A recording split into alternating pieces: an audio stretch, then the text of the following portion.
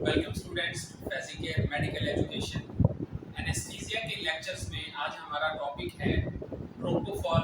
Propofol क्या होता है, प्रोपोफॉल इंजेक्शन के क्या क्या यूजेस होते हैं, प्रोपोफॉल इंजेक्शन जो है वो उसकी प्रेजेंटेशन क्या होती है, प्रोपोफॉल इंजेक्शन की डोजेज क्या होती है, प्रोपोफॉल इंजेक्शन जो है वो उसका ऑनसेट ऑफ एक्शन क्या है, मैकेनिज्म ऑफ एक्शन क्या है, प्रोपोफॉल इंजेक्शन जो है वो कैसे जो है उसकी फार्माकोडायनामिक्स क्या है, उसकी फार्माकोकाइनेटिक्स क्या है। तो आज इस वीडियो के अंदर जो है हम प्रोपोफॉल के बारे में कंप्लीट इंफॉर्मेशन जो है वो इसके ऊपर दूंगा और हम बात करेंगे प्रोपोफॉल इंजेक्शन के बारे में। स्टूडेंट्स, प्रोपोफॉल इंजेक्शन जो है ये जनरल एनेस्थेटिक है, यानी जब आप पेशेंट को जनरल एनेस्थीसिया देते हैं तो उस वक्त जो आईवी इंडक्शन एजेंट यूज किया जाता है उसको प्रोपोफॉल इंजेक्शन कहा जाता है। प्रोपोफॉल इंजेक्शन उसकी जो अपीयरेंस होती है वो बिल्कुल मिल्की अपीयरेंस होती है, यानी ये मिल्क की टाइप का होता है देखने में। और ये 20 ml की जो वायल आती है, 20 ml की इसकी जो इम्ब्यूल होती है उसके अंदर जो है ये 200 मिलीग्राम होता है। इसका मतलब ये है कि ये 1 ml के अंदर 10 मिलीग्राम होता है। तो यानी इसकी जो प्रेजेंटेशन है वो क्या है, 200 मिलीग्राम इन 20 ml की ये एम्ब्यूल में आता है और ये 1 ml के अंदर 10 मिलीग्राम होता है। तो ये क्यों इस तरह होता है, तो इसको हम कैलकुलेट डोजेज कैसे करते हैं, तो वो डोजेज के सेक्शन में हम बात करेंगे। पहले जान लेते हैं कि प्रोपोफॉल इंजेक्शन का जेनेरिक नेम क्या होता है। प्रोपोफॉल इंजेक्शन का जेनेरिक नेम भी प्रोपोफॉल ही है। जिस तरह ये आम लोग जो सब लोग जो है एनेस्थीसिया से जो वाकिफ हैं वो इसको जानते हैं कि इसको प्रोपोफॉल ही कहा जाता है। ब्रांड नेम जो होते हैं ये मतलब ब्रांड नेम से आता है, जो है डिप्टीमान के नाम से आता है, रिकोफॉल के नाम से, प्रोपोविन के नाम से और प्रोपोफॉल के नाम से भी आता है।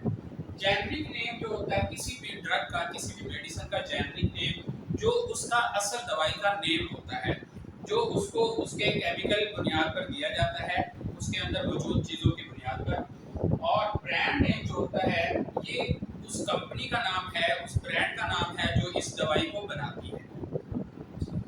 ड्रग क्लास कौन सी है, प्रोपोफॉल इंजेक्शन ये जनरल एनेस्थेटिक है, यानी आईवी इंडक्शन एजेंट है। जनरल एनेस्थेटिक में तो इनहेलेशनल भी आते हैं, लेकिन जो है प्रोपोफॉल इंजेक्शन ये जनरल एनेस्थेटिक और आईवी इंडक्शन एजेंट होता है। इसके अलावा ड्रग क्लास में सीडेटिव हिप्नोटिक एजेंट है। सीडेटिव और हिप्नोटिक, सीडेटिव कहते हैं जो सुकून आवर होते हैं, जो इंसान को जब उसको अगर आईवी एजेंट जो दे दिया जाता है सीडेटिव, तो उसके बाद जो है वो सुकून की हालत में चला जाता है। और हिप्नोटिक का मतलब होता है, ये लफ्ज़ हिप्नोसिस से निकला है जिसका मतलब होता है स्लीप, यानी ये सुलाने वाला एजेंट है। हिप्नोटिक भी है और सीडेटिव भी है। लो डोज में ये सिडेशन कॉज करेगा, सुकून देगा, पेशेंट को रिलैक्स कर देगा, और हाई डोज के अंदर जो है ये हिप्नोसिस यानी उसको सुला देगा, स्लीप तारी कर देगा। मैकेनिज्म ऑफ एक्शन अगर हम देखते हैं तो ये हमारे गाबा ए रिसेप्टर के ऊपर जो है ये काम करता है। गाबा ए रिसेप्टर जो है वो हमारे ब्रेन के अंदर और इस जगह पे होते हैं। तो गाबा ए रिसेप्टर को ये क्या करता है, इनहांस कर देता है उनकी एक्टिविटी को। जब उनकी एक्टिविटी इनहांस हो जाती है तो उसके बाद जो है वो क्लोराइड आयन का जो इन्फ्लक्स है वो ज्यादा हो जाता है। क्लोराइड आयन का इन्फ्लक्स जब ज्यादा होगा तो उस वक्त जो है हमारा सीएनएस जो है उसकी डिप्रेशन होगी, तो पेशेंट जो है वो अनकॉन्शियस हो जाएगा। सीएनएस यानी सेंट्रल नर्वस सिस्टम की डिप्रेशन कॉज करता है, जिसकी वजह से पेशेंट जो है वो अनकॉन्शियस हो जाता है, पेशेंट जो है वो नार्कोसिस में चला जाता है, यानी वो स्लीप उसके ऊपर तारी हो जाती है। इसके अलावा जी इसकी जो रैपिड ऑनसेट और शॉर्ट ड्यूरेशन होता है। रैपिड ऑनसेट का मतलब ये है कि बहुत तेजी से ये काम करता है, ऑलमोस्ट 30 टू 60 सेकंड के अंदर जो है ये पेशेंट को सुला देता है। प्रोपोफॉल आगे देखेंगे, इसका onset of action 30 to 60 second के अंदर ये पेशेंट को सुला देता है, अपना एक्शन जो है इसका ऑनसेट हो जाता है। और इसके अलावा जो होता है इस शॉर्ट ड्यूरेशन होता है। शॉर्ट ड्यूरेशन का मतलब ये है कि अगर आपने एक डोज जो है वो कैलकुलेट करके पेशेंट की उसको दे दी आईवी में, और उसका जो कितनी देर तक वो काम करता रहेगा, तो वो जो है इसका शॉर्ट ड्यूरेशन है। ऑलमोस्ट ये तकरीबन 5 टू 10 मिनट तक जो है वो शॉर्ट एक्टिव काम करता है, 5 टू 10 मिनट। उसकी रीजन क्या है स्टूडेंट्स, उसकी रीजन वजह ये है कि ये हाई इसकी जो लिपिड सॉल्युबिलिटी है वो बहुत ज्यादा है, क्योंकि ये इसकी लिपिड सॉल्युबिलिटी ज़्यादा होती है, और जिन ड्रग्स की लिपिड सॉल्युबिलिटी हमने फार्माकोलॉजी में पढ़ा हुआ है, जिन ड्रग्स की लिपिड सॉल्युबिलिटी ज़्यादा होती है वो ड्रग जो है वो जल्दी बॉडी के अंदर जो है ना वो अब्जॉर्ब भी हो जाती है, अपना मैकेनिज्म ऑफ एक्शन भी जल्दी दिखाती है, और जो है वो एक्सक्रीट भी जल्दी हो जाती है। इस वजह से जो इसकी हाई लिपिड सॉल्युबिलिटी की वजह से ये शॉर्ट एक्टिंग जो है आईवी इंडक्शन एजेंट है। ऑनसेट के बारे में हमने बात की, 30 to 60 सेकंड इसका ऑनसेट होता है। ड्यूरेशन जो है वो इसका 5 to 10 मिनट यानी शॉर्ट एक्टिंग है। मेटाबॉलिज्म जो है इसका लिवर में होता है, हेपेटिक मेटाबॉलिज्म है, यानी ये मेटाबोलाइज जो है वो हमारे लिवर में जाके होता है। एक्सक्रीट जो है ये किडनीज के थ्रू होता है। प्रोपोफॉल इंजेक्शन की बात हो रही है, ये एक्सक्रीट कहां से होता है? किडनी से होता है। तो जिस पेशेंट के किडनीज खराब है या लिवर कंप्रोमाइज है तो उस पेशेंट में ये बहुत देर तक जो है वो रहेगा और उसका मेटाबॉलिज्म नहीं होगा तो किडनीज के थ्रू एक्सक्रीट नहीं होगा। तो इस वजह से बहुत देर तक जो है बॉडी के अंदर ये रहता है, यानी इसकी हाफ लाइफ बढ़ जाती है। इसके साथ इसके यूजेज जो है कॉमन क्लिनिकल यूजेज जो होते हैं, ये इंडक्शन में भी यूज होता है, इसके अलावा मेंटेनेंस में यूज होता है, इसके अलावा जो है ये जो है जीए यानी जनरल एनेस्थीसिया के अंदर मेंटेनेंस करने के लिए, और इसके अलावा ये इंडक्शन में यूज किया जाता है। प्रोसीजरल सिडेशन के लिए यूज करते हैं। प्रोसीजरल सिडेशन का स्टूडेंट्स मतलब ये होता है कोई शॉर्ट प्रोसीजर हो रहा है, जैसे एंडोस्कोपी हो रही है या जो है उसकी कार्डियोवर्जन यानी आप जो एंजियोग्राफी जैसे प्रोसीजर्स होते हैं, तो उनके लिए शॉर्ट प्रोसीजर्स के लिए भी इसको जो है प्रोसीजरल सिडेशन के लिए यूज किया जाता है।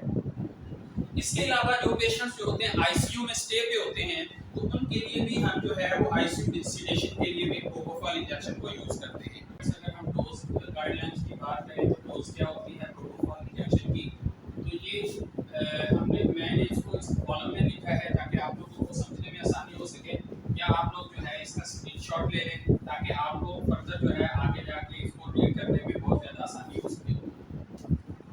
ये जीए में इंडक्शन में यूज होता है, यानी जनरल एनेस्थीसिया की इंडक्शन करते हुए यूज कर सकते हैं। तो उसमें जो है इसकी जो डोज होती है वो डिफरेंट होती है, और मेंटेनेंस की जो डोज है वो डिफरेंट होती है। जीए की जो इंडक्शन की डोज है वो 1.5 मिलीग्राम पर केजी बॉडी वेट से 2.5 मिलीग्राम पर केजी बॉडी वेट तक आईवी इसकी जीए की इंडक्शन डोज होती है।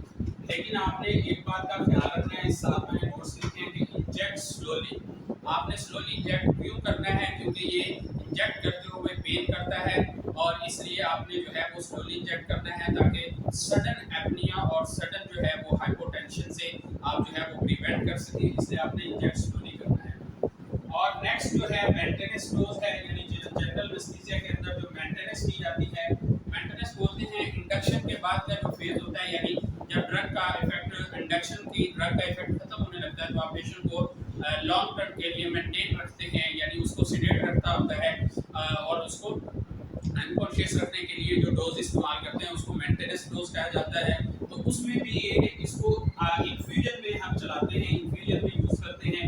50 to 100 माइक्रोग्राम पर केजी पर मिनट जो है वो आईवी इन्फ्यूजन चलती है। तो ये इसकी जो होती है मेंटेनेंस होती है जीए के अंदर। तो आपने जो है टाइट्रेट इफेक्ट जैसे नोट्स मैंने लिखा है, यानी इफेक्ट आपने देखते रहना है। अगर पेशेंट जो है वो सिडेट होता है, कम या ज्यादा अपनी बेस पे आप कर सकते हैं इफेक्ट्स की बेस के ऊपर। सिडेशन में भी यूज होती है आईसीयू के अंदर। आईसीयू में सिडेशन के लिए जो इसकी डोज होती है वो थोड़ी कम होती है, यानी 5 to 50 माइक्रोग्राम पर केजी पर मिनट। उसी तरह आईवी इन्फ्यूजन में इन्फ्यूजन पंप के थ्रू भी चला सकते हैं, इसके अलावा आप इंजेक्शन पंप में भी ये जो है वो यूज कर सकते हैं। लेकिन जो है स्पेशली आपने आईसीयू में बीपी को और वेंटिलेशन को मॉनिटर करते रहना है पेशेंट की, ताकि जो है वो कोई क्रिटिकल सिचुएशन जो है वो ना क्रिएट हो सके। इसके अलावा पीडियाट्रिक जो डोज होती है प्रोपोफॉल इंजेक्शन की, वो बहुत कॉस्टली यूज जो है वो आपने यूज करना है। तो प्रोपोफॉल की जो पीडियाट्रिक डोज है वो 2.5 से 3.5 मिलीग्राम पर केजी आईवी है। 2.5 से 3.5 मिलीग्राम पर केजी आईवी है। यहाँ पे मैं आप लोगों से एक क्वेश्चन करूंगा, आप लोगों ने सबने कमेंट सेक्शन के अंदर मुझे इसका आंसर देना है कि बच्चों में पीडियाट्रिक जो पॉपुलेशन है उनमें प्रोपोफॉल की डोज क्यों बढ़ गई है। ये आपने जो है वो आपने जो है मुझे आंसर देना है कमेंट सेक्शन के अंदर। तो अगर किसी को ना आएगा तो मैं उसको जो है वो डिटेल में फिर समझा दूंगा।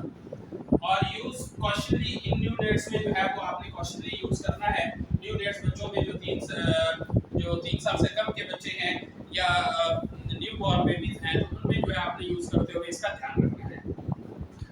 अगर इसके साइड इफेक्ट्स की बात करते हैं स्टूडेंट्स, तो साइड इफेक्ट इसके प्रोपोफॉल के जो कॉमन हमें जाहिर होते हैं, अक्सर पेशेंट में देखे गए हैं, वो हाइपोटेंशन, ब्रेडिकार्डिया करता है। इसके अलावा पेन और इंजेक्शन, तो उसको आपने प्रिवेंट करने के लिए इसके साइड इफेक्ट को आपने साथ जो है लिग्नोकेन इंजेक्शन आईवी पे इसके साथ थोड़ा सा मिक्स करना है। यानी अगर आपने 9 इससे जो है वो 9 ml के अंदर जो है वो 1 ml जो है आपने लिग्नोकेन जो है वो डाल देना है, या आपने जो है कंसल्टेंट जो एनेस्थीसियोलॉजिस्ट है उसके मशवरे के मुताबिक जैसे वो आपको बताए उस मिकदार में आपने लिग्नोकेन इसके साथ यूज करना है। एक और साइड इफेक्ट जो इसका है वो उसको जो है PRIS लिखा है, ये मुखफ़फ़ है, यानी इसका मतलब है प्रोपोफॉल इन्फ्यूजन सिंड्रोम इसको कहा जाता है। प्रोपोफॉल इन्फ्यूजन सिंड्रोम जो स्टूडेंट्स क्या होता है, जब प्रोपोफॉल को ज्यादा देर के लिए फॉर एग्जांपल आईसीयू में या मेंटेनेंस में यूज किया जाता है हाई डोज के अंदर, तो प्रोपोफॉल जो है ये लिक्विड जो एक इमल्सिफायर है, तो इसकी वजह से पेशेंट में मेटाबॉलिक एसिडोसिस हो सकता है। क्रिटिकली जो है वो जो लाइफ थ्रेटनिंग कंडीशन जो है वो हो सकती है, पेशेंट जो है वो एपनिया में जा सकता है। इसके अलावा जो पेशेंट को जो है मेटाबॉलिक एसिडोसिस हो सकता है। और जो पेशेंट होते हैं क्रिटिकली इल पेशेंट्स हैं या एल्डरली पेशेंट्स हैं या कार्डियक पेशेंट्स हैं, तो उनमें जो है वो आपने बिल्कुल जो है इसको ध्यान से यूज करना है। इसकी वजह से ग्रीन भी आ सकता है, यानी यूरिन का कलर ग्रीन कलर का भी आ सकता है, लेकिन जो जब ये हाई डोज में यूज किया जाता है तब, और ज्यादा देर के लिए यूज किया जाए। इसके अलावा रेस्पिरेटरी डिप्रेशन और एपनिया कॉज करता है। ये प्रोपोफॉल के जो साइड इफेक्ट्स हैं, तो आपने प्रिवेंट करने के लिए जो है वो आपने मैनेजमेंट करनी है सारी। कंट्राइंडिकेशन किन किन सूरतों में होता है, एलर्जी टू सोय, यानी सोय के जितने भी प्रोडक्ट्स होते हैं उनमें ये उनसे जिनको अगर एलर्जी है तो वो प्रोपोफॉल से उसको भी एलर्जी होगी। इसके अलावा जिनका बीपी लो होता है, लो सीवियर हाइपोटेंशन के पेशेंट हैं या हाइपोवोलेमिक शॉक में पेशेंट आया, तो उसमें आपने ये कंट्राइंडिकेशन है, बिल्कुल भी यूज नहीं करना है।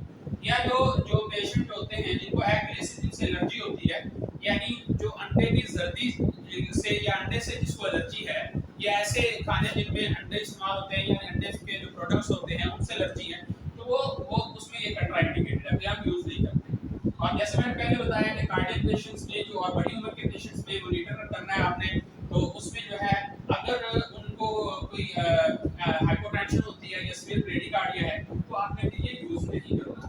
और ऑप्शंस हैं हमारे पास, केटामीन है, इसके अलावा जो है कार्डियक पेशेंट्स के लिए सेफ जो है वो सबसे ज़्यादा जो इटोबिडेट इंजेक्शन है और कार्डियक पेशेंट्स के लिए, तो वो आपने यूज़ करना है।